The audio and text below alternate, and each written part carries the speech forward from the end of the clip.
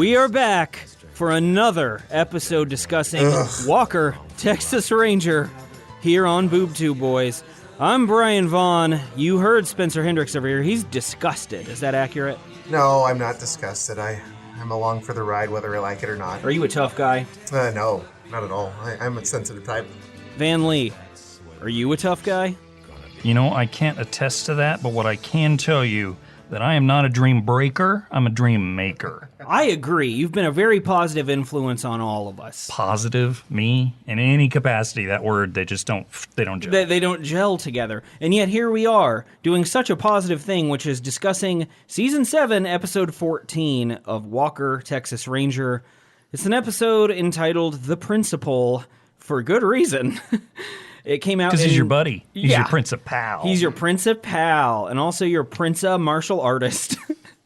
This episode aired in 1999, so we've actually taken a 4-year leap from 1995 from the last episode that we discussed. What season was this? This is Season 7, so it's 3 seasons later. But 4 years. But 4 years later. So we're getting close to the Y2K scare time period. I have to assume Walker's about to kick the shit out of Y2K. He's got to take those computers on. He's going to throw a knife at them, I can tell you that. And he would too. He hates computers. That's more of Trevette's thing, the tech Conrad. Stuff. Conrad, yes. Conrad from Matlock. He's a techie.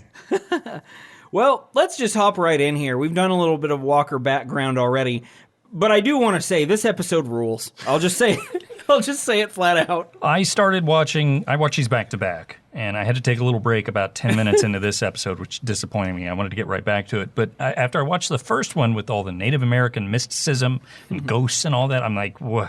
How can this get any more wild? And then seconds into this, somehow. It gets wild. And this is all rooted in reality, which is sort of. I was wondering. Well, I know. I'm just saying. At least they're not. There's no supernatural things. There's no spirits. The plot is probably even more absurd, but that's a different thing we'll get into. But at least this is all rooted in reality and in some sense. I picked this episode because the episode synopsis ensured me that there would be scenes of Chuck Norris undercover at a high school. Which, again, this does not sound like a case for the Texas Rangers, but no. We'll get into that later. That's fine. I'll wait. I do think we're going to have to extensively in our free time investigate what exactly the job of a Texas Ranger is. It's very diverse. Can we agree on that? Yeah. They go into supernatural things as well as infiltrating high schools with drug problems. They will not be bored. This episode does not start at the high school, though. It actually starts with us seeing the cityscape of Dallas. We hear a voicemail, or rather probably answering machine message, because it's 1999, that says, "Honey, dinner was great last night, and dessert was nice, too." And there are some giggles. And then our ears are blessed with this. Working man, you're working it to the bone. Keep on working, man, chiseling the perfect stone. Well, you wake up in the morning, start climbing up the mountain, do it one more time. Yeah, you're burning with this. And a working man Chuck Norris is, as we see a montage to that lovely song of Walker working out. He's on machines. Doesn't have all his clothes on. No, he is not wearing a shirt. He's glistening with sweat. He's kickboxing. He's punch boxing. He's doing a Bowflex. I wish they would everything. refer to boxing as punch boxing. Why don't they? If kickboxing is a separate discipline. Sure. Yeah. So there was, to be totally accurate here, there's no Bowflex involved, right?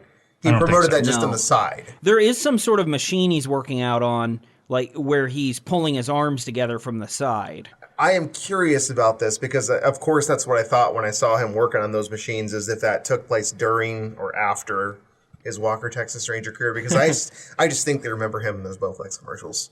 I feel like it would be after, and this is just conjecture. I don't know if this is real, but I recall seeing the Bowflex commercials much later in life as opposed to watching Walker.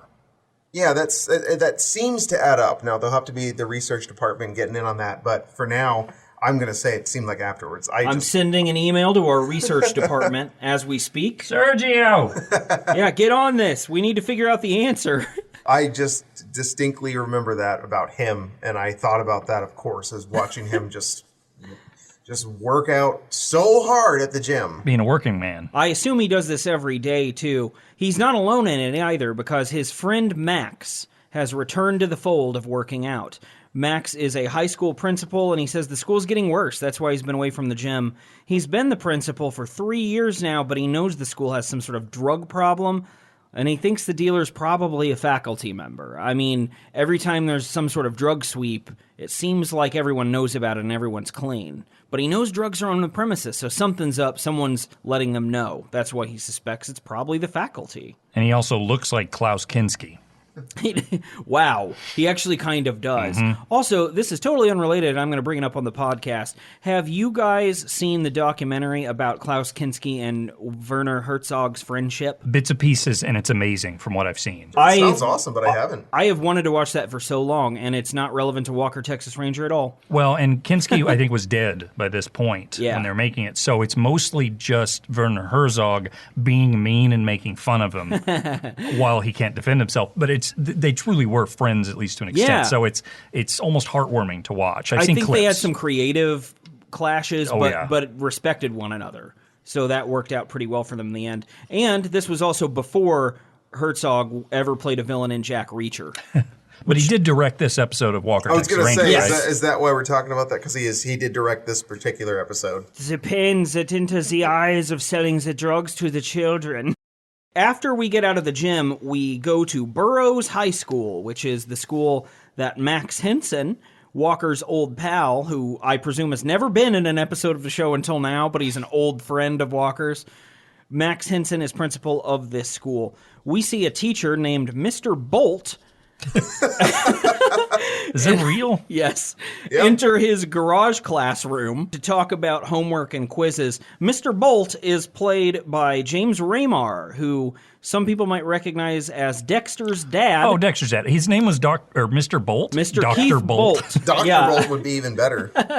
He was also in a slew of movies in the 70s and 80s and was in 48 Hours also. He had a pretty solid career. I'm not sure if he's still with us. He's not physically with us in this room. I wish he was. I have a lot of questions if he even remembers this episode of Walker, Texas Ranger. Well, Brian, I have a treat for you. Take a look under that desk. Oh, it's James Remar. James, Dexter, you should kill only bad people. That's the only thing I know about that's this mainly guy. what he said, although we see in this episode he actually betrays his own advice.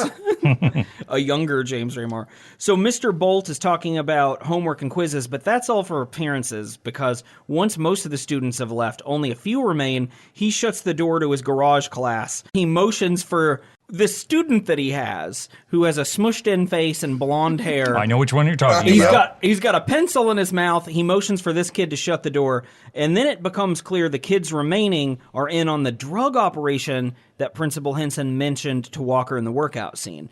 It's Mr. Bolt and these kids that are running this in-school drug cartel, Wow. and so's the security chief Oh, he's in of on the it. school. Did you notice when he comes in the room, the exposition there, like, It's so hello, good. head of security, when he opens the door. That was one of the first things that made me fall in love with this episode, after, of course, that Working Man song, was when we have to get that explained to us that this is the chief of security at the high school. He walks in.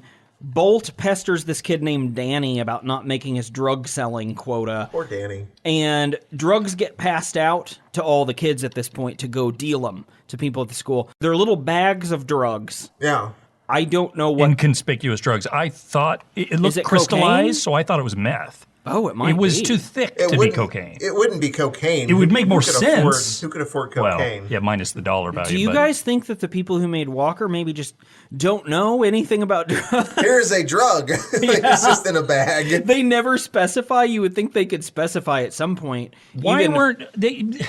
Every TV show, particularly this episode of this one, seems to point out the fact that there are just drugs rampant in every high school. Oh, yeah. Why Yeah. were there not drugs rampant in my high school?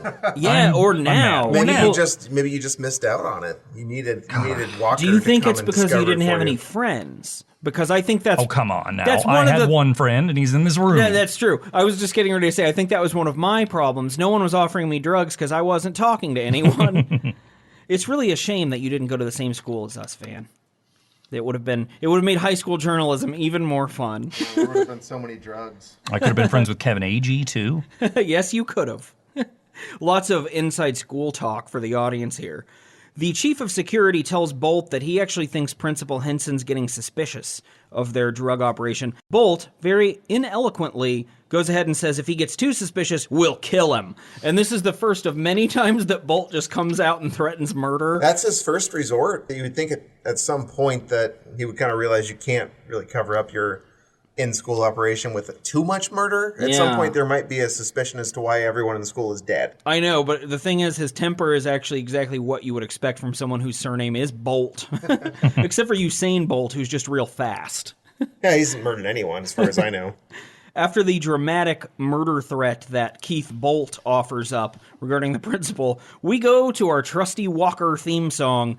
This montage actually has a couple of new scenes, since we're a few years later in the show, with more explosions to really catch your attention. I hate to admit I pulled a Spencer this time. I just phased out, didn't even watch them, either of the intros. These are actually very comparable. It's not an Alf situation. The intros are very similar, just with different scenes swapped out, although there's no voyeurism anywhere to be found in these opening credits. It's not an Alf situation, is my favorite quote to come from this so far. Very few things are. After the credits, we are treated to a police station scene where Walker and Trevette are coaching a new detective, I think, or perhaps he's seasoned. I've not seen that many episodes of Walker, Texas Ranger. Probably don't need to. No. A detective named Carlos Sandoval on his upcoming undercover drug character who he'll play to get in close with a big-time drug dealer named Mojo Burke. So Carlos needs to know what to say, like the fact that he would be in jail if it weren't for the fact that Rudy Gambino owes him a favor.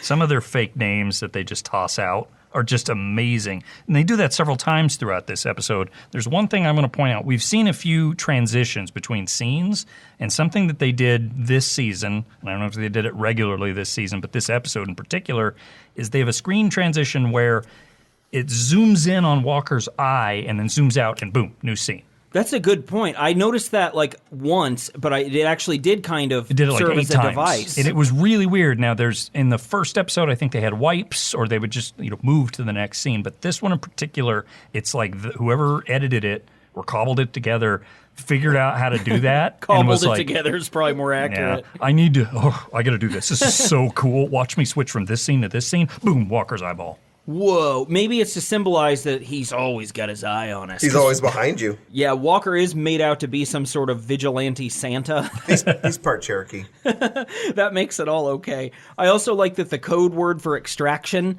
that brings Walker and Trevette in to save Carlos when he's undercover as a drug guy Mucho dinero. Yeah, mucho dinero.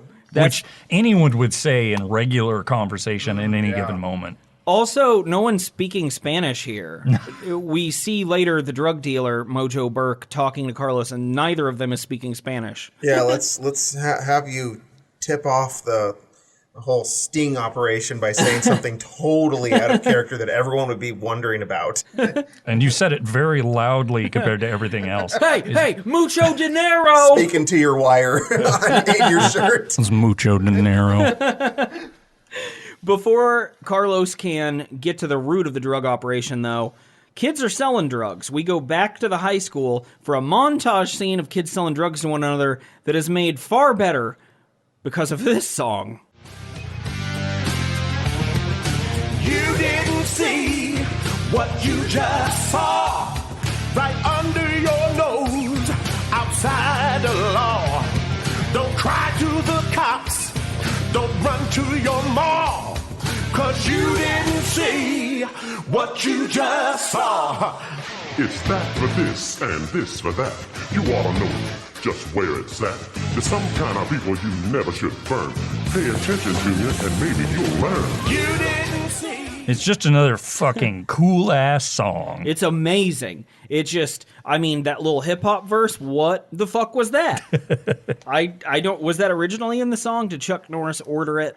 I don't think there's any way of knowing. Do you think he released a hip-hop or a rap album at any point? I hope so. I hope so. A lot of celebrities from that era did. There's a Macho Man Randy Savage. There definitely is. And it's amazing. Maybe it's called Chuck Fu. Can you play a little snippet of the Macho Man Randy Savage one right now? Let's do it. Hulk Hogan, Hollywood Hulkster, whatever they call you, I'm coming after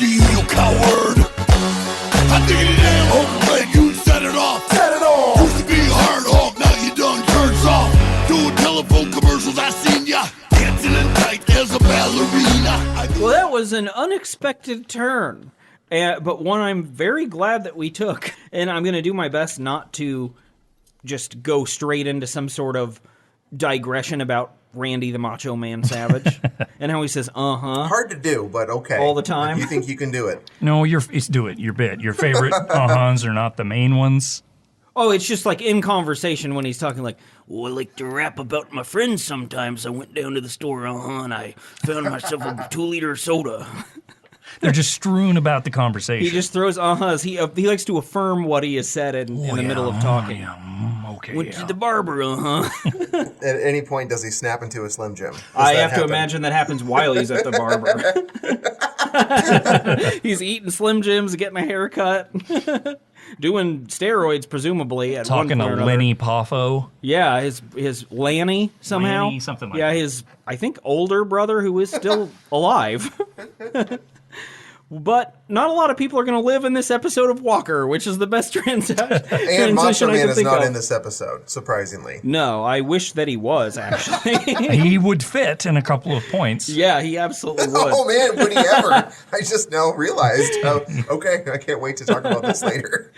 Right now, though, as I mentioned earlier, we're seeing a montage of Mr. Bolt's drug-dealing kid team selling drugs to other kids, and the kids are lapping it up. Yeah, he's got that thing running like a well-oiled machine. Yeah, Where do these kids have money? I thought this was an impoverished school. How are the kids able It to could afford be drugs? that they're generating their income through this whole scheme. You know, it could I be wondered that too, and because like they act like this is a really big business that's being run here, but its children are the only clientele. Do they sell to anyone else? Seems like that'd be the worst clientele. They're unreliable. They don't have money.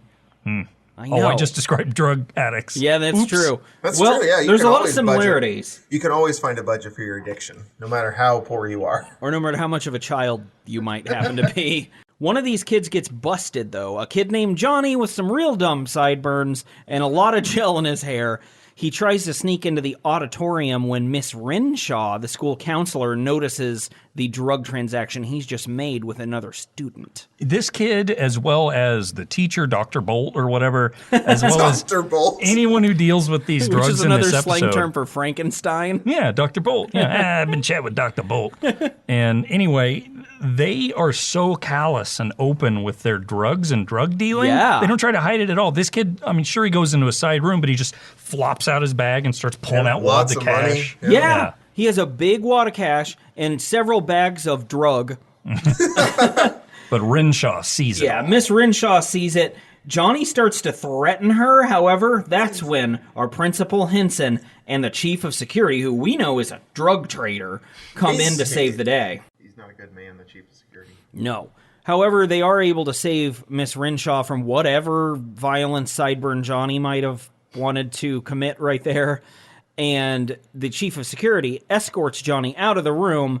Principal Henson and Miss Renshaw think to the police. However, that's not the case. We know the chief's in on it. He takes them back to Mr. Bolt, and Mr. Bolt is pissed. He is furious that Johnny was caught and says, this is the last straw for you. You're going to have to go down for this. We're going to pin the crime on you. This is after he hits him, of course. Yeah. We're He going just to... beats the shit out of that kid. On my note, I just wrote, Dexter's dad beat up this fucking high school kid. Yeah, he shoved something in his stomach real hard. So Bolt beats up the kid, threatens him, says he needs to go to prison for the crime. He won't do much since he's a minor with no priors. No priors, that's the key. It would be a lot worse for Bolt, who presumably has a big rap sheet despite being a teacher. And a Navy SEAL. But he's very selfish, though. We know that because he always acts with violence in any given situation. Mr. Bolt does. Well, he's got this sweet drug dealing gig going on where he's making untold tens of dollars from selling these drugs to children. For lunch money. He tells Johnny, though, they're not going to hurt him. Nothing's going to go wrong, and they'll help him through the system, so long as he keeps taking the blame and not snitching, because you know snitches get stitches, is what I've heard. We cut out to Walker and Trevette. They're in Walker's trusty truck, and they're waiting while Carlos is undercover inside some sort of drug building with some drug people, including the drug dealer Mojo Burke, who transparently just says details of his drug operation out loud. And because Carlos is wearing a wire, all of that gets right back to Walker and Trevette. This is how they find out that the chief of school security is in on some level of drug operation because he shows up to buy from Mojo. Well, he was looking for Han Solo so he could capture him and put him in carbonite. This dude looks like the Boba Fett actor, Tamora Morrison, and I can't not see it every time I saw him. He does have the like wide set shoulders and everything, and like a strong, stout fella. And then to your point about them expositioning all the plot details, I hate it when shows do that. It's so blatant. It was exactly like every other one that does this. It's like, now I know you've been in this business with me for 20 years, but why don't we describe all of our most intimate details right here and right now? For no reason. There would be some colloquial ways to talk about any business you're in that is mutual with the person you're talking to. Two people who've worked at a restaurant, you don't have to longhand say everything. It'd be the same with being in some sort of, I don't know, crack dealing operation, whatever this is. We still don't really know. What we do know is the chief of security admits to selling to kids on Carlos's wire. Carlos then says mucho dinero kind of under his breath. But by the way, and that was again the cue to have Walker and Trevette come in. However, they're already headed there before he even says it. Yeah, they don't wait for the mucho dinero signal. They just hear, hey, the chief will sell drugs to kids. You got a problem with that? Carlos, being a tough guy, has to say, no, I don't have a problem with that. So Walker and Trevette bust in and lay absolute waste to this drug dealing operation, firing shots and then later getting in roundhouse kick fights. And Trevette actually has to take a punch from Carlos so Carlos can prove his street cred to continue burrowing into the inside of... Got to sell it. Yeah, into the Dallas drug world. And one would think that the Texas Rangers, who clearly have their hands in a lot of different bowls of weird things to take care of, would have thought of a better plan than, let's just burst through and start shooting people. Yeah. Because they just go right for it. Let's not wait for our code word. Let's burst in with guns blazing first without really asking any questions. It is the Texas Rangers, now that I think about it. I think this is what happens when Walker operates without White Eagle's advice. I think that's kind of the problem here. That's true. He doesn't have White Eagle to bank on. He's lost his tribal ways, and he's just bursting into places and shooting this time. He has to default to the white man's Texas way, which is shoot first, bury your loved ones later. He didn't get to hear a mystic shaman tell him, I am inside of you, multiple times. Did you guys know that somebody once asked Chuck Norris what he would do if an intruder broke in his house in real life? They said, would you use your, I don't know what his signature move is, roundhouse kick? And he Tombstone. Said, Stone Cold Stunner. And he said matter-of-factly, no, I would use my shotgun.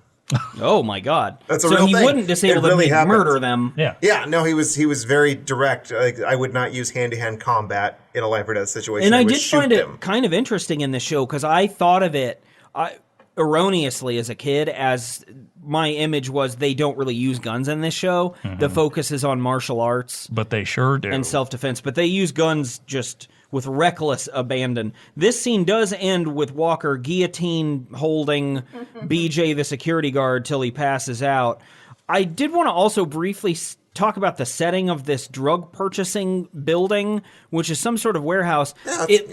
It's like a warehouse-themed Donkey Kong level. They're just like blue barrels sitting around. Big empty blue barrels. Yeah, nothing's in them because Chuck Norris kicks a guy through them at one point. And they just like crumple. I did notice the barrels. The scene setting, again, in true Walker fashion, as we've learned from watching these episodes, it's just really slapdash. They just kind of, hey, let's just put some tarps up and throw some barrels in there and then guns and kicks. I mean, to be honest, if they're doing 20, 24 episode seasons, you kind of have to. Yeah. Which is why as we've seen television nowadays with the Breaking Bads and, I don't know, even The Walking Dead to an extent, just shows having 10 episode seasons, they're putting more into production than they ever have. And I think that's a good thing, although it is disappointing in the sense of there's less binge stuff. Like, you can still binge, but you can't really get into it. Tough waiting for another season of, like, Barry or something. Yeah. But I want them to get it right. Sure. That's the big key to creativity is you need time. You can't really be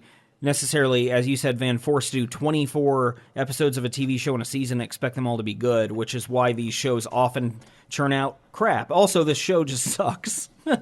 That's another... I thought it was pretty good. That's another problem with Walker. We're back at the police station following the big drug bust.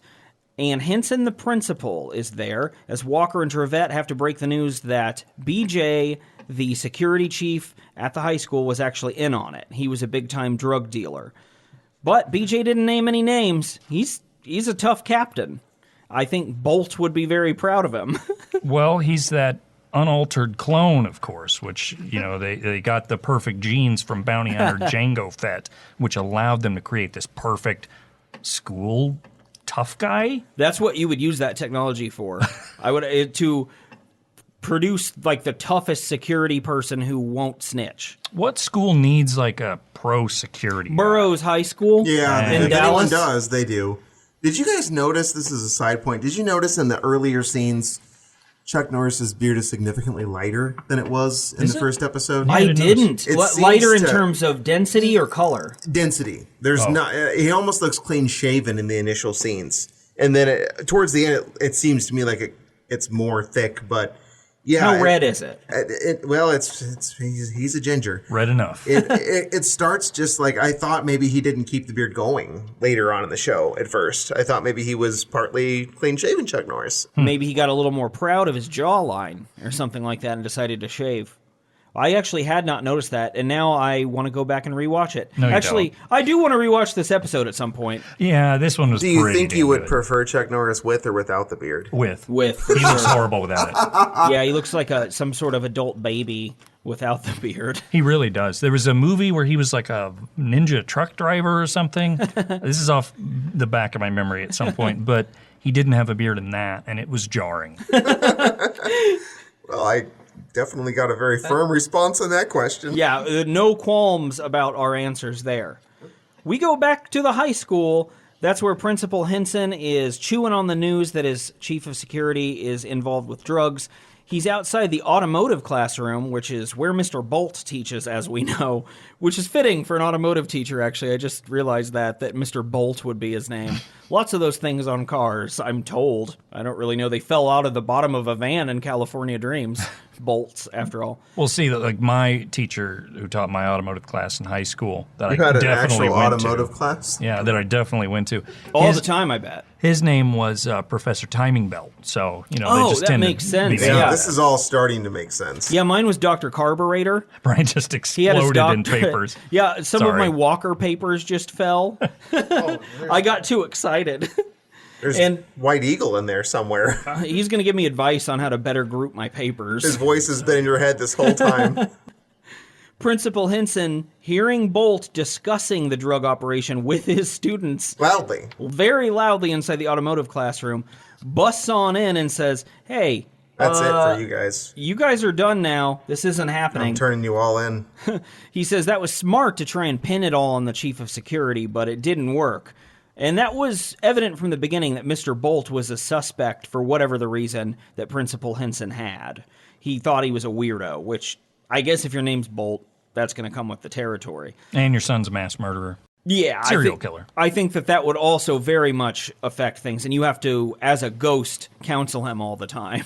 Also, your daughter's that real skinny girl from Dexter who's kind of obnoxious. What's her name?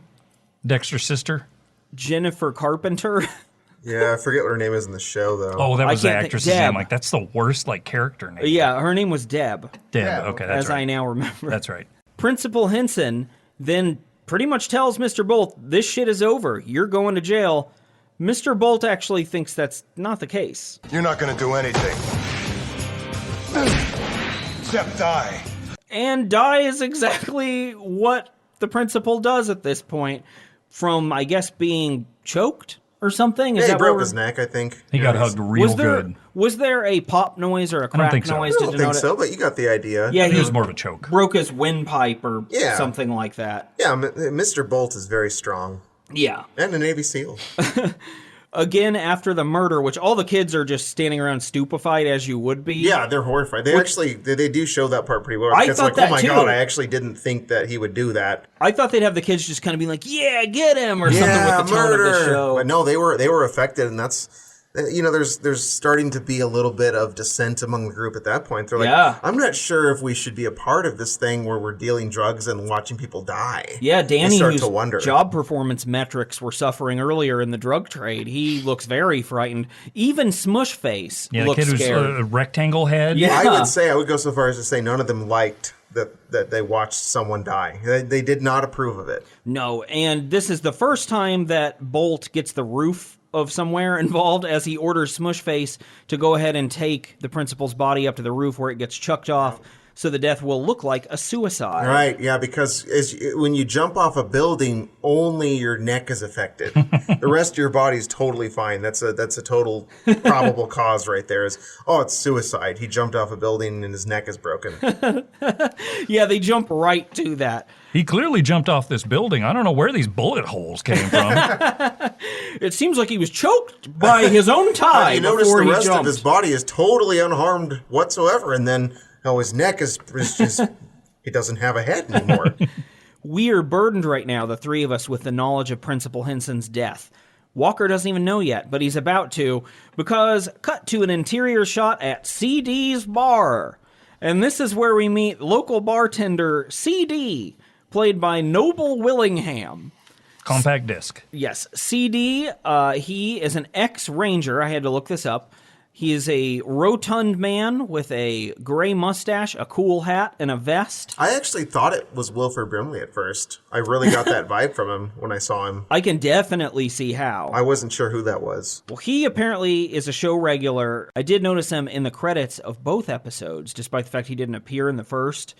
But he's a real delight to look at, I have to say that. Yeah. He's also supposed to be a second to Giant Eagle, or White Eagle, a second mentor figure to Walker. And he became a recurring character that was in almost every episode, right? Yes, he owns this bar. He was a decorated Texas Ranger himself before retiring from fatness. Was Walker always at a bar? Is that why he was a mentor? Was he always going in there to talk to him? I think he does, from what I read, he does go in there and consult him about cases because he was such a great ranger also, I see. this CD fellow. This scene, however, is more about Trevette and how he wants to get a dog, but everyone thinks it's a real terrible idea because he's a ranger. He won't be home that much. They insult him by telling him he should either date someone or maybe get a cat or something of that nature, which we all three have cats. So I was like, why don't you just get a cat anyway? Cats rule. I would recommend getting a cat for sure. Especially if you're a ranger. Cats seem more like a ranger pet. CD winds up suggesting the ultimate joke, which is that Trevette should get a pet rock because they don't eat very much. Wow. What a joke. And at this point, Walker, very amused by his friend and mentor CD, does notice on the television the news of Max's death. They're claiming on TV that it's a suicide. Oh, man. Will it be? Walker doesn't know. His friends died. He's sad, and he's got to find out. And this TV news station that pops up on the bar TV, they could not have done a lazier job, again, of creating graphics that are supposed to look like they're actually on a news channel.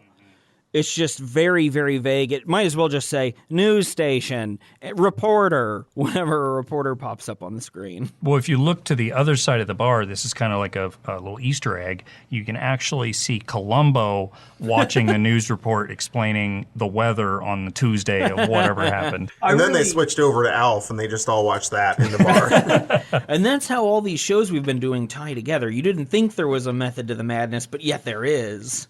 We're still actually just a little caught up in our swap-out tendencies from the last episode. It was a good experiment. Walker decides, or is required by duty, I'm not sure which, to go to the morgue and look at Max's body, where it is again confirmed that the cause of death was a broken neck. Mm-hmm. And they're going with the suicide angle, though the woman, who I believe is a doctor, I'm assuming. No, that's the janitor. She's just grabbing bodies and showing Walker around, you know. Well, janitors do that sometimes. Perks of the job. Yeah, you really don't know. But she is not willing to say it's a suicide. She says it could have been, maybe it's not. But good enough. Good enough, they're calling like, it. yeah, like there's no reason to look any deeper into this. They don't want to look at foul play. We're back at the police station. Walker is trying to come up with solutions because he thinks this is related to the whole drug problem. He's pretty sure of it from his conversation with Max earlier, and he wants to get justice for his friend and find the man responsible for doing this and the drug ring. So he gets off the phone at the police station with apparently the governor of Texas and hints to Ann Trevette. Richards. Yes, it's Ann I Richards. think it actually was. Was it? At around that time, I think. I guess it could have been, right? Walker hints to Trevette that he's got a plan, but it's going to involve both of them. And what a plan it is. We go back to the high school, and Bolt is grilling Counselor Renshaw about who the new principal of the school is going to be now that he's killed the last one. Walker then walks in and introduces himself as the new principal, Scott Miller. Scott Miller. The most generic name he could possibly think of. And then introduces Trevette as James Dawson, another very lazy name. But also Trevette's name in the show, his first name is James. So maybe this is one of those things where they thought the actor couldn't remember that many names. Like Tony, what's his name? Tony Danza. Danza, yeah. Yeah, they had to always name him Tony. There's also a scene toward the end where you actually see Scott Miller in his office, and he has the nameplate. He went to a great got lengths that here. done where they wanted you to know the new principal's name. And again, this is another thing that we didn't know the Texas Rangers did. They go undercover as principals and They just do whatever they want. Yeah, the undercover work is actually pretty extensive. I just don't feel like this is the right job for the Texas Rangers. I can't get on board with this. Hank Blaylock is going to be so bad at this. As he eventually was at baseball after a good start. Walker, or should I say Scott Miller, tells the faculty he wants to do a good job at turning the school around, and he asks, what's the big problem at this school? No one seems to want to talk. I had a thought that when the Renshaw asks that question, what's the problem at this school? Well, our principal just jumped off the roof and broke his neck. That's sort of an issue. There's been possible murder. You know, there's a lot of problems at There's the a guy school. here named Bolt. Loads of drugs. Yeah, and that is, of course, the actual problem. Yeah, as Spencer said, Renshaw says, drugs are the problem. I'm not afraid to say it. The rest of the staff kind of gets on board with the idea at this point, after it had been said anyway. Do you, if you become the principal of a new school and you're introducing yourself to everyone, do you get to anoint your own professional security man? Yeah.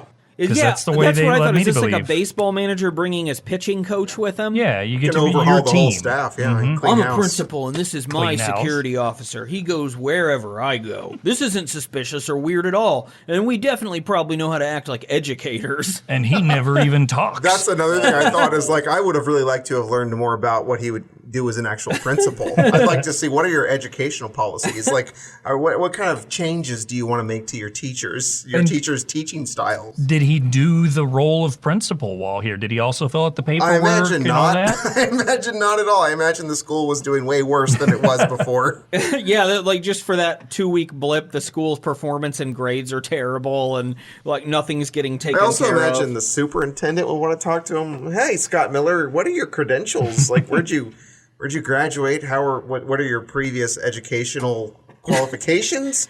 How are you able to do this? In this show, the answer is always the credentials you need to do anything is I'm a Texas Ranger. And you never have to show a badge or anything. You just say No, that. you just say it, and they can kind of sense it anyway. It's part of your aura. Bolt, actually, though, he doesn't want the school, obviously, to think that drugs are the big issue because he is selling them to everyone and making money off it. So he tries to swerve the conversation elsewhere, being like, I don't know that Max Henson, the principal, was really onto something, like you're saying, Renshaw, that there are drugs in the school when he died. I think it was just a lot working here, and he committed suicide. Yeah. The teacher attrition rate for suicide is pretty high. You lose one every, 6-7 months. Most principals jump off the roof. It's a tough job to get into. I mean, it probably actually is. Well, Sure, yeah. but I don't think they. But not in a way where you're fearing for your life. School. Yeah, I don't think that's a thing that's ever happened. I wouldn't think it would be frequent anyway. And Walker and Trevette don't think it's a suicide. They do a little walk and talk after their meet and greet with the staff. And Walker already is saying, hey, I'm a genius. I'm never wrong about anything. Let's pay special attention to Mr. Bolt. We need to keep an eye on him. He seems suspicious. Oh, hey, we need to take a break, so let's do that real quickly, and then when we get back, we'll talk more about Mr. Bolt. It's that for this and this for that. You ought to know just where it's at. There's some kind of people you never should burn. Pay attention to you and maybe you'll learn. You didn't see.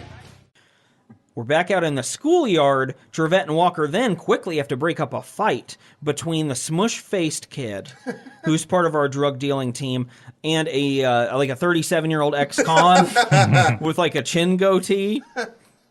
They're in some sort of physical altercation. Roundhouses being thrown. They try to direct that at Scott Miller, who is, of course, ready because it's Chuck Norris. He's not going to let you hit him. And it's quite an opportunity for him to display his principal muscles there. He does, and the students respect him after that. He then says the right answer here, he can't get any actual answers about why the kids were fighting, so he sends them with Trevette to do a bunch of jumping jacks in their regular clothes. I thought that was really funny. The chief of security is now also a pseudo gym PE teacher? Yeah, is that what they do? I was thinking about the security officer at my high school when I went there, who was a man named Mr. Overfelt. And I was trying to think about him taking me out to the parking lot and being like, do some push-ups. It was a strange scene. It was really weird. That's so weird that didn't even occur to me, but that is fucking weird. Yeah, why is the principal being like, all right, security officer, you teach these kids who are in a fight their lesson, and then he takes them. And you do it. When you're doing it, there's going to be a blazing guitar solo. I actually wrote down sweet guitar solo right here. So that's pretty much verbatim what I wrote. It's clear at this point that the kids are a little out of control. We're back at the principal's office, Principal Scott Miller. His desk, which has like little dog, yeah, like I mean, and his nameplate. nameplate. Again, Scott Miller. it's like the one lovingly put together thing in Walker is this fake principal desk. Renshaw comes in and she says Max would not have killed himself. He didn't have any problems with anyone. He, in general, was a happy guy who was striving to be a good principal.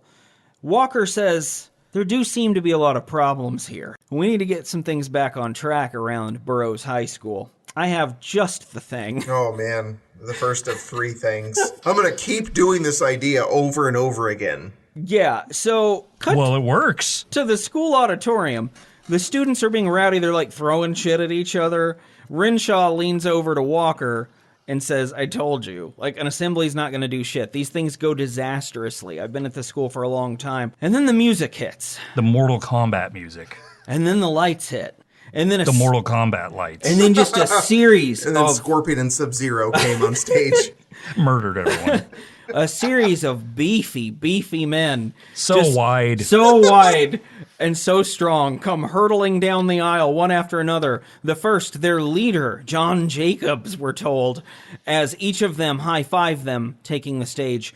Each man presumably stronger than the man who came before him. And we proceed to see a power team school assembly pretty much in its entirety. Whoa. Man, I tell you what, I got one of those in real life.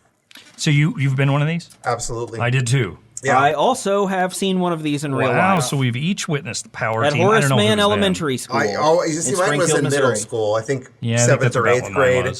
Yeah, and I remember it very, very clearly. A guy ripped a phone book in half. Is the most thing. That's the most clear memory I That's have. exactly what we see here. We see just beefy men just smushing piles of concrete, and one of them elbows through a bunch of ice. Mostly that, yeah. They're just mostly breaking stuff, which, this gets a little boring. But they're only allowed to do it after leader John Jacobs announces their height, weight, and combat specialty. There was one guy, and I don't know exactly, but I think he said he was like 6'1", 260, the really buff black guy, and he says he's a football and a baseball star?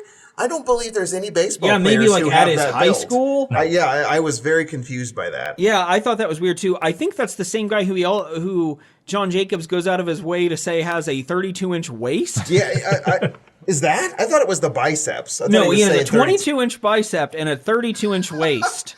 He could fit right into this beautiful dress. He's an average-sized man. Do with strength at all. I don't. If that's true, that's amazing. There's a really cool cutaway during this that made me laugh really hard. Also, where Walker and Renshaw are talking, and Renshaw's like, "These guys are amazing." Oh yeah. I have to assume they were in some way trying to partner with the power team. Yeah, that's why they took up half the episode. I was going to say half the episode is really a power team advertisement. Yeah, it totally is. Yeah. And it should be. These kids are lapping it up, including our little Danny from earlier who was getting trouble for not meeting his drug quota. He's sold right away. And a lot of the other kids are reluctant, but they start to clap because how could you not, as power team leader who founded the power team over 20 years ago. We're told as the advertisement continues, he tells them this is for you. we're breaking the chains. And what's some other kinds of things he says, Van? Well, I don't know. You sprung that on me. What else does he say? I have no idea. There's Well, I always was a alluding to metaphor. what you said earlier, which is, are you a dream breaker or a dream maker? And that seems to be the power team thesis, I guess. The motto. He's got a bunch from and he's always his big thing is always breaking out of those handcuffs, and he always that's the says, "I'm closing doing this. finale. I'm doing this for you. You don't have to be in shackles from your past. You can break free, just like I'm going to break these, and that'll be your future." Well, these guys are, and these crack me up, this kind of bodybuilder, this particular kind, because they are at the point where their arms and pecs or body or whatever are just too big. They can't like move their body like a Rotation normal human seems would. hard. You can't rotate. Watch the way he holds the microphone with his meaty hands. He can't hold it, and he has to do this because he can't put his arm all the way in front of him because they're too big. And that's fascinating to me to see these giant, muscly guys who, by all accounts, are super strong, And but sweaty. can't do anything because they're too big. You sound a little jealous, is what I think. Oh, you know me. I've always been jealous of the big, strong arm Is it guys. because you don't have a colorful tracksuit to contain your muscles? I wish I did. As much as I love to lift weights. They are just enormous. I do find it ironic that people who build bodies would be so eager to tear down structures, such as little concrete houses that they build. Okay, so I looked this up, by the way. For Power Team, they're still around. Oh, I'm not surprised. They are That's still just around. incredible. I don't know how that has endured. Are people really that into this? Because at my school, no one seemed to really care that much. I just remember from the assembly I was at, you said the thing that you remember was tearing the phone book in half. The thing I remember was he bent a nail. Because I guess it's very hard to bend a Right. nail Yeah, because then it's the- small. They did something like that in the show They too. bent right? With some his teeth handcuffs or horseshoes is what Horseshoe, they bent. yeah, in his Rebar. mouth. In his mouth. Yeah, Which sounds very horseshoes bad. and then, a steel bar in one of their mouths. There's a lot of talking during this, too, that's like, if you do drugs, you're going to wind up dead or in a crack house or in prison. That's one thing that the leader, Yeah, John most Jacobs, of it says. is just motivational speech, and then they break something in the Yeah, middle it's of it. vague motivational speech, war on drugs rhetoric, and then some beef man just smushes a thing. It's a different approach. Like, you remember DARE to Yeah. keep kids off drugs. Drug abuse resistance It's like, education. oh man, I'm glad you knew the acronym. I wasn't sure anymore. I just remember ours was Officer Scott, and he came to our school like once a month or something in elementary school. But it's just like that, except they're taking the approach of listen to us because we're real big and strong, and we couldn't have done this without staying away from drugs. Yeah, and the soundtrack of the show just swells each yeah. time Yeah, I think one of that- these it power sounded team like guys it does was one of their lifts or smushes. Sounds like it was in a Spielberg movie at that point with the swelling soundtrack there. So Power Team, now they're traditionally a Christian thing. So Sounds like they it. go to churches and stuff. They cut out a lot of the Christian stuff for this show, which I commend them for, Yeah, because I good wouldn't have job. expected that Good job. for at a Walker and Yeah. all that. However, they are still going around and doing what they do. Power Team leader John Jacobs divorced his wife, Ruth Ann, in May 2000, which was followed by numerous members leaving the Power Team to form a new ministry, Team Impact. Oh no. A rival, big, strong men that smash things, And Ben stuff, yeah. like half animal, half man monsters hired by God to speak out against drugs in front of schools. Hired by God and Chuck Norris. They were, so they're still around. They're still doing their thing. You can request them to come to your school or church or No event. thanks. I'm not interested. Let's get them on the podcast. They don't actually charge you for the event, but what they do is they charge you for like airfare and getting out there. They charge you Sounds for expensive. I hope not food. all the stuff. They would eat a lot. all like the 300-pound guys. all the ice blocks and all the bricks and stuff. They charge you for that. Where the do you stuff get to a good break. ice block? So I wonder how they actually get their income then if they don't charge for that stuff. Well, then they sell not inventory. They sell Drugs. merchandise. That would be the ultimate irony. They sell merchandise out in front of the show, and then they'll ask for donations and sign autographs and stuff like Like that. I'd So that's how imagine they make it. multicolored tracksuits like they Yeah. wear in Walker. And then, of course, on Wikipedia, there's a TV appearances section, which lists this episode first in 1999. And then there's this little snippet The Power Team briefly appeared in a July 22nd, 2008 episode of America's Got Talent, performing stunts including running through 2x4s, bursting into flames, and running head and shoulders first, into an 8-foot wall of ice. Host Piers Morgan remarked, "You must be bonkers." The team was not selected to go on to the semifinals. Oh, That's too sad. but they did already appear on a network television show somehow. And they also appeared on the American Bible Challenge on GSN. Do you remember when we did that Bible challenge Van thing? and I actually attempted to play along with the American Bible Challenge once. Did they tear the Bible in half like the phone book? I bet one of them did it on accident and got banished forever. Do you think they dressed up as like God and Jesus? We have to assume God and Jesus did wear tracksuits. Yeah, true. Whew, once the assembly ends, it's clear that the student body has changed. We're back at the old school garage where Mr. Bolt is telling his kid drug crew that they've got a new supplier. Good news. But there's a problem with that, right, Brian? Well, Danny tries to quit here. He was impacted by Yeah. that assembly, as was I, as was anybody who watched that. Danny really believes in the Power Team. Bolt tries to give him shit about liking the Power Team, too, and kind of mocks like their dream maker, dream breaker phrasing. You actually listen to those muscle-bound... Neanderthals? Something It very well might be dismissive. that. Yeah. And again here, Bolt punches Danny. He punches all the kids in the face. I don't think And he's then- that good of a teacher. And after punching him in the face, he utters this line. Quitting is not an option. Dying is an option. This punch in the face silences Danny and changes his mind. He's going to go ahead and stay in the whole drug game. He leaves the room. The other kids in the drug operation are a little surprised at Danny getting punched. Danny has one of these little blood trickles at the corner of his mouth, like the councilman from the last episode we discussed. Although that guy was hit by a bus, Yeah. this guy was punched by a Navy SEAL. Yeah, it's a little more believable when his lip got by a sliced. Navy SEAL whose name, again, is Bolt. Dr. Bolt. So we see a little bit of a walk and talk here with Danny, the smush face kid, and a long-haired, again, like advanced age kid who doesn't really say anything and looks like he No, he doesn't have much of a part. maybe traveled with the Grateful Dead at one point in his life or another. Trevette sees him walking around and he thinks something's off. He notices the blood trickling out of Danny's lip and says, "What happened here?" Danny just explains that away as a result of a fall.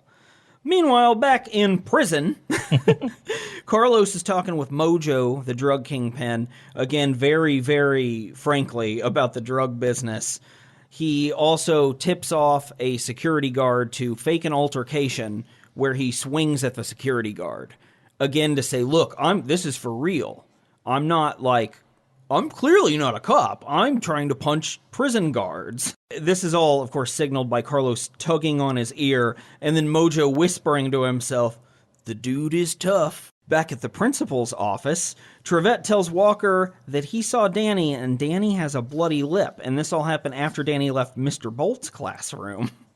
Walker says they need to go talk to Bolt. Carlos calls him, though, while they're still in the office and says, "Hey, I've got a name for you guys of a drug supplier, Donnie Thompson." Donnie Bolt. Also, when Carlos calls them, he's just not in prison anymore. Yeah, do you just get to do that? So then he disappears for a few days and he wants to get back in. Are the other prisoners going to be like, "Hey, what was the deal?" Yeah, where'd you I was go? in the hole? Like, how are you Yeah. going to get away with this? It seems very callous. And then he comes back in the morning, like really freshly showered, smelling like cologne or something. Like, "Where have you been, Carlos?" Or I'm sorry, whatever his name is here. Because he has some sort of made-up name. Sure. Of course. His nom de guerre. So Bolt has been called into the principal's office, and he just explains it all away to Walker. He says, "Oh, look, I had to break up a fight between Danny and this other kid. That's how he got the busted lip. By the way, I'm just going to mention, I'm a Navy SEAL. I noticed your roundhouse kick skills out there.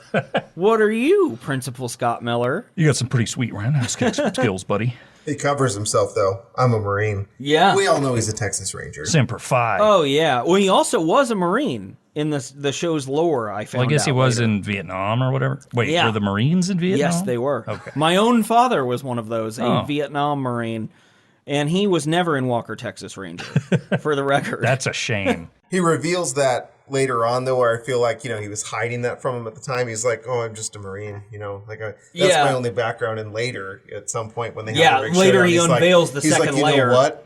I'm a Texas Ranger." Because there are legal consequences now. This time, we get another drug montage of kids trying to sell drugs to other kids. Nobody wants They it don't this want them time, anymore. though. The power team has gotten to these kids. They're all dream makers now. Yeah. That's true. I stopped doing drugs the second I watched that episode. So, I mean, I get it. I get why they were so motivated. The smush face kid then does a thing that is not real in any sense, where he tries to shove drugs at a kid, and he's like, And then fire him. just take these, and if you don't want them, just you sell them to somebody. He's delegating, I guess. Yeah. He's delegating his own drug dealing operation. Yeah, and as Spencer said, they just get into a fight right after that. It seems like the school's kind of going out of control here, because the fight gets broken up by Trevette, who finds a packet of some sort of other drug. I don't know what it is. Question mark drug. Confetti, Yeah, at maybe. this point, who knows? Yeah, that pops out of the Goof pocket of one of pills. the kids. It's always just popping out of everyone's So backpack. they have to send Smushface Kid to Principal Walker, Texas Ranger Marine's office Scott Miller. It's got to his talk cowboy about hat what on. he's done. Yeah, but he's not talking. So Walker has Trevette just send him to the actual police. Presumably, his future was then ruined at that point, and he was never allowed to have a successful life again because this is America. But I could be wrong. I don't know. More specifically, Texas. Yeah. Renshaw comes back, Counselor Renshaw, and she's really concerned that maybe some more bad vibes are headed around the school at this point. But she's impressed with how well the school's Which rebounded was a in terms great of drugs. opportunity to talk about, well, what if we got some more power team in here? Yep. And that is the solution after she first off says, you know, a lot of the kids were on the fence about doing drugs, but then the power team came and I think they don't want to do them now. That's almost verbatim what she says. Yeah. It's A ridiculous. great line that he says there, and that's a very short scene, which was very clearly just made to have the transition to the next power team assembly. that's all this It scene was exists very for. short, and he says, maybe it's time for a booster shot. Yeah, and then we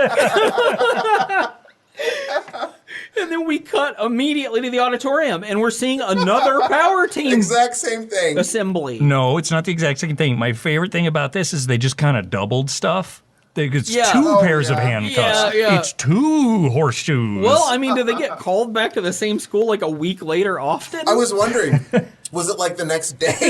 Was it like, what if we just had assemblies every day now? That's my agenda as a principal. Does the power team like tour? Maybe Do they just open stayed. for someone? Maybe they just stayed in town, and they were just like, maybe that guy's going to call us. Maybe Chuck Norris wants us again tomorrow. Let's just wait around. I really think actually that the power team should open for the band War on Drugs. Oh, they opened for Tool this weekend. Every Tool fan wants to go and watch the power team. Well, and the names kind of go in handy because tools are the sorts of things they bend with their teeth. Yeah. This one, again, though, this assembly is all about crushing your foes and forget your past, and you can be a dream maker, not a dream breaker, and nothing can get you, and I'm going to crush these handcuffs like you're going to crush your demons. Take this, ice. It's essentially the same thing. The kids, though, are doubly excited just as they've doubled all the items that get broken. Yeah, it keeps working exponentially each time. That's how assemblies work. They're all basically coming out of their chairs at this point, like hopping up, jumping around, like screaming, just so excited about the power team. And high on the power team, Danny charges to go tell Walker the truth and bust Bolt, but Bolt intercepts him at the power team. Or just hit me. Bolt intercepts Danny at the principal's office, though. Hey guys, I got too fucked up. I can't record tonight. I'm too high on power team. Yeah, if I get too much power team, I'm just on the couch all night. Bolt intercepts Danny, though, and again deters him from telling Walker the truth. What is going to happen to poor Danny at this point? That's the question that we're left to ask. Before we can ask it, though, we see a quick little scene where the cops go and capture Donnie Thompson, the new drug distributor to the area, and Donnie Thompson gets chucked out a window onto several lawn mattresses that he happens to have. Walker, of course, shows up to this as well. He's getting like the full breadth of what's going on. Because in his principal job, he can just leave whenever he wants. Yeah. Doesn't have any stuff to do there. Trevette at this point has told Walker, like, I think Bolt has made Danny upset for some reason. And Walker's sort of putting two and two together with his infallible brain at this point that Danny is endangered by Bolt. Bolt's got to be the head of the drug operation, which is totally true. And that sends Walker to Danny's home because no one can find him anywhere in the school. Walker heads to Danny's apartment, No one's answering the door, but he notices copious amounts of blood lining the hallway. I actually wrote that note down. Trail of blood, which Walker just follows up the stairs. I don't know where he's bleeding from. Because we know only his lip can get split when he gets punched. So does his lip have that much blood? Where is he bleeding I don't know, from? because again, when we see Danny, his lip just is a little bloody. Right, and we he see him seems pretty fine. quick because old James Remar, Mr. Bolt, he's got Danny up on the roof and he's threatening him to throw him off that roof. You know, it was far more blood than we saw when the guy got hit by the bus going full speed. Yeah, why? That's true, because he just had the blood trickle. Mm-hmm. So you really got to wonder, what did Bolt do to poor Danny? He's a Navy SEAL. That's he stole true. my line. But yeah, I mean, there was, I guess, presumably there was no other way for Walker to figure out where to go. So they're like, let's just have there be So much blood. You know the phrase breadcrumb trail? How about just blood instead? So Walker notices this blood and follows it to the rooftop and encounters Danny nearly being thrown off the roof. Which, that kind of is incriminating Yeah. for Bolt. I don't think there's much he can do at this point. And up to this point, one thing I will say about Dr. Bolt, he gets shit done. Yeah, he does. He is an entrepreneur. And you know what else he does? Yeah, every time he's having the conversation where he has to pretend to be a good guy, puts on his glasses. He puts on his glasses, and he wants to make sure that he seems like a teacher and an educator and someone who's not a drug dealer. And not a drug dealer Someone who beats up his students, and kills people. Constantly murders and If you just beats up put on students. a pair of glasses, it's totally, you're safe from all that. This is the sort of stuff he taught to Dexter years later. Walker, however, encounters him, and we here are going to find out who truly the world-class person is, as the power team might like to say, as we get a fight between James Remar and Walker, Texas Ranger. This is where Walker, though, beforehand admits, hey, I'm a Texas Ranger, and you're busted, I'm buddy. not just a Marine. They fight for a while after assuming their fighting poses, and it's a very martial arts-based fight. It's not like a brutal thing. It's very pretty to watch. It's beautiful. Yeah, but eventually Walker's going to land his roundhouse kick, which jettisons Bolt straight off the building to his death. Do you think that was his intention, or was his roundhouse kick just that good? I think it was Based just on that good. Based on the fact that he threw the knife into Running Wolf's heart in that last episode, Yeah. I think he's trying to kill everyone. Does every Walker episode end with I bet Walker it murdering does, the bad guy? He never seems to be that apologetic. He's kind of like, yeah, that's what Texas Rangers do. We kill. I guess these are right-wing values, right? We get the job done in Texas. After this murder and and After he dispatching a pulled out Bolt, his shotgun. we see a blubbering Danny tell Walker that Bolt killed Mr. Henson, so that kind of wraps that up, puts a bow on you it. killed him too. He said Danny's seen multiple murders The in just a cycle of few death is short complete. weeks. This kid's yeah. fucked up. He ran a drug operation and saw 2 people die in front of him. This is, I literally have this in my notes. I agree entirely. Like, this kid is never coming back from this. No. He's witnessed 2 murders and been forced, essentially, with a threat to his life, to sell drugs for James Remar. And they're in Texas, so everyone would just be like, you gotta be a man, just gotta toughen up. Like, you don't need therapy for all your horrible things you've gone through. This kid could become a serial killer. Yeah, and this is also, as far as we still have to go with mental health, this is the 90s, which was practically like the Stone Age of mental health awareness. So there's no way anyone would ever be like, well, you've been through something hard, so your brain can't possibly function well. It'd just be like, oh, yeah, there's something wrong with you. We'll just have to kind of isolate you, and we'll figure this out when you're in some kind of lunatic asylum. Well, I think actually in the show we do get the best possible outcome for Danny, because what else do you do to a kid that's traumatized but bring it back to the auditorium for a third power team assembly? I have to ask, is it really necessary for Steve Miller, whatever his name is? Walker's alias? Yes, I think it is, right? No, that's Steve Miller from the Steve Miller Band. Yeah, that was a band, but Scott Miller. I want to leave that in and call it Steve Miller. Is it really necessary for him to go undercover so he can call 3 assemblies? Couldn't he have just had the principal? Couldn't he have made Renshaw be the principal and say, hey, let's have the power team in 5 times? Why did he have to assume the role of the principal? What if the shoe's on the other foot here, actually? And Walker was running short on time and called the power team like, we don't have enough for this week.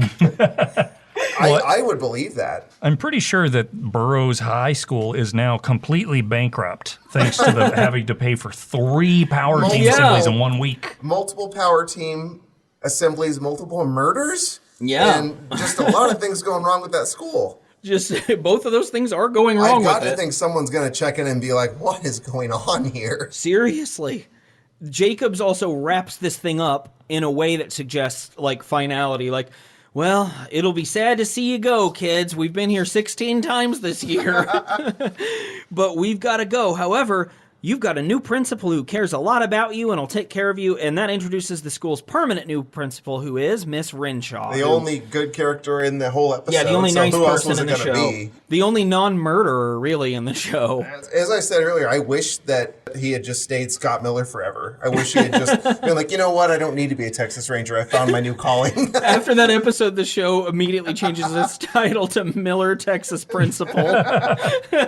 Is that the logical progression, too? Like, you start as a teacher and your next goal is to become a principal? Yeah. Also, she was Administration a of school some kind, counselor, yeah. they say earlier, so I don't even know Oh, if yeah. that's a path.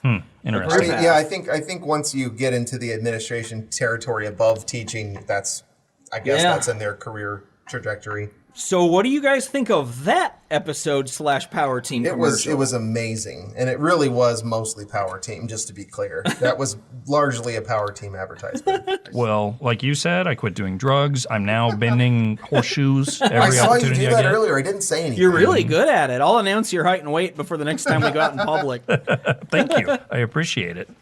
No, I thought this episode was batshit crazy, much like I said of the other one, but it just crazy in a different way. Yeah. This one was, again, slightly more rooted in reality than the mysticism involving the first one. However, it was just as bonkers. Possibly more, like you said. Yeah. It was. There were no surreal elements. There were no supernatural things. But this thing, let's not pretend it's possible for any of this stuff to happen. There is no way that this kind of well executed drug cartel could be run with a group of students in a high school that a teacher does, and then the Power Team comes in 3 times and solves it. Also, why would the Power Team go to a school where it's like, oh, our principal just jumped off the roof last week. Will you come and talk to our students? There's possibly Probably some because drugs. you can't lift them to throw them off a roof, first off. And if you did, they'd be fine. There's possibly some drugs and murders going on. Can you come and talk to us 3 times? They'd be like, nah, it's okay. Does this school have an annual Power Team budget allocation? I find this one to be even more unbelievable in that way. This is the first episode I think we've watched that I would say, this is so terrible you need to go out of your way to watch it. Yeah. Like, we've obviously, with Columbo, seen some good TV show episodes also. But if you're out there and you want to watch something just bonkers, this episode of Walker, Texas Ranger, it's definitely it. And before we close the chapter on Walker and his Texas realm, I just wanted to talk about the show a little bit. You know, we like to get into the history of the show. Of course. The show was apparently inspired by a movie that Chuck Norris was in playing a Texas Ranger called Lone Wolf McQuade 10 years prior in They certainly 1983. picked a better name. McQuade doesn't exactly roll off the tongue. doesn't. It makes me think of like a duck police officer who also wears a Columbo coat or something like that. I'd watch that. Maybe like it could be English. Like I'd like to hear Chuck Norris do an English accent. Wow, that'd be fascinating. Any There's no accent. way he can do that. No. But 10 years after that, Walker was created kind of based around the general idea of He took that a Western decade show. to really refine Yeah. this He was concept. working on it the whole time in between. Also, by the way, David Carradine was in that movie with him. Oh, Really? That's Yeah. awesome. Okay. Which is pretty cool. But yeah, 10 years later, Walker gets created based on that idea. And it's created by a couple of people, Leslie Greif and Paul Haggis. Greif would later be an executive producer for Hatfields and McCoys, that miniseries. Oh, yeah, that's a great series. Yeah, I can't so recommend that enough. Pretty reputable person, right? And then Haggis, turned out to be a screenwriter and producer for 2 consecutive Academy Award-winning movies, $1 Million Baby and Crash. Okay. Wow. Neither one of latter which he were as directed. good as the reputation suggests. No, but I mean, he was yes, very successful he's after got the credentials, yes. creating Walker, Texas Ranger. Absolutely. He also then later co-wrote 2 James Bond movies, Casino Royale and Quantum of Solace. Both of which were great. Yeah. Well, one was great. One was an okay. argument about utility prices. Yeah. I forget which one's which there, but Quantum I actually... Solace. Yeah, I don't remember that one as So well. these 2 people created Walker, Texas Ranger. These 2 people with kind of somewhat storied Hollywood careers at this point. That's just bizarre to me. I thought it would have been like a church that came up with the idea. Or just strictly Chuck Norris. Yeah. because of how the character never does anything wrong. Ever. He is infallible. I wonder if there are episodes where he ever makes a mistake. No, I don't think so. 'Cause that's that one episode I saw when I was 12 or whatever, where I just kept waiting for someone to best him and it wouldn't happen. It was like, but they always do that. They always show the hero having a moment. Even Superman has his kryptonite or whatever. I thought there's got to be a moment where he's in some way overwhelmed, and he just never was. And I don't think he ever did. Now, let me ask this. I don't know if you know this, Brian. This episode had, of course, multiple amazing songs. Oh, Did so the good. show begin to produce its own songs or soundtrack or things like that? Because there was nothing like this in the first episode. Yes. As the show went on, they began to get the ability, as it was successful, to purchase music or commission it for the show, and they had musicians that they relied on, like a lot of shows like this do. But it was like overkill in this episode. There's so many just songs that jut out of nowhere, and a couple that are just... I mean, I'll never forget them. Working Man. Yeah, that's one of them. Working Man. I chose these two episodes also because they came at the beginning and end of the show's big run from 95 to 99. That's when it was every year one of the top 25 rated shows in terms of viewership on TV. Wow. Which is crazy to me that Walker was that popular. It also was the subject after it ended of a made-for-TV movie called Trial by Fire. Oh. So wait, is this a Walker TV movie or is this okay? That came after the show's conclusion in 2001. And the show, I had to look up because we always talk about this, how the show ended, and it essentially just ended on a Walker episode. Like they just had a drug cartel or something that was trying to break people out of prison, and then all of them were going to go after all the Texas Rangers. And Walker wins, and he and Alex have a baby, because they're married by this point, and Alex is pregnant, so she has a baby. And then Conrad asks his girlfriend to marry him. That's it. Happily ever after for Walker and his clan. Well, I'm glad he was able to have that baby at 54 years old or whatever. 61. Oh, wow. I looked that up specifically. How old was Chuck Norris when he would have been having a child at the end of Walker? So he's 61. So Like he's your dad. well in Yeah. his 50s in these episodes then? Yeah, he was in his 50s really for the duration of the I show's have to run. say, credit to him for being in that good of shape in his 50s Sure. and these, because Yeah. he is in great shape. There's no question about Man, that. I need to get me a Bowflex. I know, apparently they seriously work I wonders. thought you guys already would have bought one. I did. I've got one right now because of this show. Look, I've just been bending all the horseshoes I come across. Then you can make really anything out of them. Like a pile of horseshoes. Sorry, a pile of bent, worthless horseshoes. So, guys, that really wraps up our experience with Walker, Texas Ranger. We've done this a couple times before, but just a quick 1 to 10 scale rating of this thing. And overall, just This is harder. thoughts on this show. This is harder because I can't say this is average. No. You can't. The acting is not that bad at all. I've seen more egregious line reading on TV shows than this. Like, even the kids weren't atrocious. They weren't. Well, they were also not kids. Well, but yeah, I can't say that the overall element of the show is average. I would say it's decidedly below average. I couldn't give this more than like a 3 of 10 because it's so ridiculous and probably not as sure of what it wanted to be as much as the other shows we talked about. As silly as they were, they had a specific thing they were going for and they did it, for better or for worse. This one was kind of out there and probably thought it was going to accomplish something that it didn't. So it's not terrible. It's not absolutely terrible. It's just kind of a thing where, despite whatever it did do right, it did enough wrong to where I would have to, like I said, it's decidedly below average for me. And 3 out of 10 was exactly what I was thinking. Here's the problem is I want to rate it super high because of just how awesome it's it was. so entertaining. But it was just bad. So I've said this for years. There are 2 ways, well, there are many ways, but there are 2 essential ways to gauge or judge a movie. There's the good scale and then there's the entertainment scale. Yeah. And this on the entertaining scale was high. On the good scale, not so high. The graphics were bad. The music was bad. Like you said, the lines weren't terribly read, but they also weren't written all that well. No, the writing was awful. The writing was just But atrocious. the acting was okay. I'm right there with you guys. This thing is just, it's a really terrible TV show. The acting is fine. I mean, we listed the credits of some of these people involved with the show. I mean, the pros are working on it. It's just such a lazy show that doesn't put a lot of care into what it's doing. It has kind of a blank slate, boring protagonist. Yeah, he's when you perfect. really get down to it. I don't think Chuck Norris would accept anything other than perfection for his character. And also, why did it have to be 45 minutes? Why did they have to go that long? Yeah, it's a lot. It's a lot to endure. It's just, it's a crazy show, and its values are clearly rooted in like old school ways. Is the idea? Texas ways is kind of a loose theme of the thing, so that makes it a little insufferable at times too. But it is so entertaining despite being terrible.